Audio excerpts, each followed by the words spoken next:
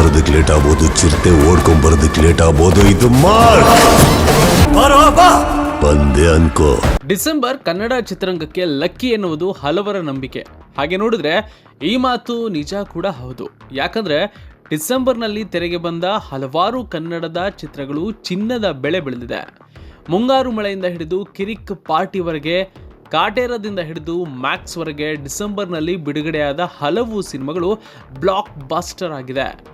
ಈ ಹಿನ್ನೆಲೆ ಡಿಸೆಂಬರ್ ಬಂದ್ರೆ ಸಾಕು ಕನ್ನಡ ಚಿತ್ರದಲ್ಲಿ ನೂಕು ನುಗ್ಗಲಿನ ವಾತಾವರಣ ಸೃಷ್ಟಿಯಾಗುತ್ತೆ. ಅದರಲ್ಲಿಯೂ ಕಳೆದ ಕೆಲ ವರ್ಷಗಳಿಂದಲೂ ಡಿಸೆಂಬರ್ಗೆ ಭಾರಿ ಡಿಮ್ಯಾಂಡ್ ಇದೆ.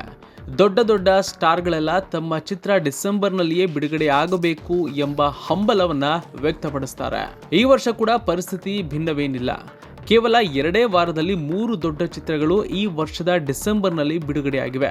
ಆ ಪೈಕಿ ಕಿಚ್ಚ ಸುದೀಪ್ ಅಭಿನಯದ ಮಾರ್ಕ್ ಕೂಡ ಒಂದು.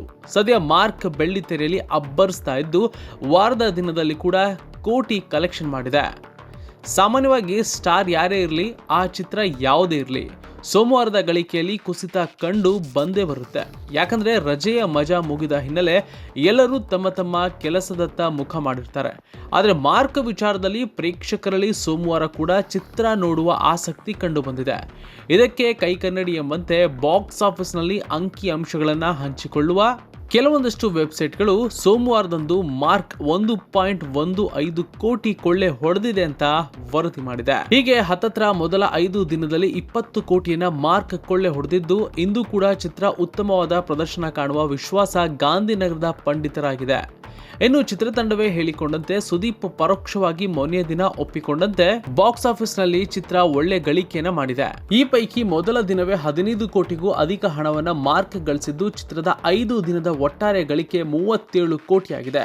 ಸದ್ಯ ಮಾರ್ಕ್ ಸೋಮವಾರದ ಅಗ್ನಿ ಪರೀಕ್ಷೆಯಲ್ಲಿ ಪಾಸ್ ಆಗಿದ್ದು, ಈ ವಾರಾಂತ್ಯದವರೆಗೆ ಎಷ್ಟು ಹಣವನ್ನ ಚಿತ್ರ ಗಳಿಸುತ್ತೆ ಎನ್ನುವುದನ್ನ ಕಾದು ನೋಡಬೇಕಾಗಿದೆ. ಚಿತ್ರತಂಡ ಅಧಿಕೃತ ಅಂಕಿಅಂಶಗಳನ್ನು ಕೂಡ ಹಂಚಿಕೊಳ್ಳುವ ನಿರೀಕ್ಷೆ ಇದೆ.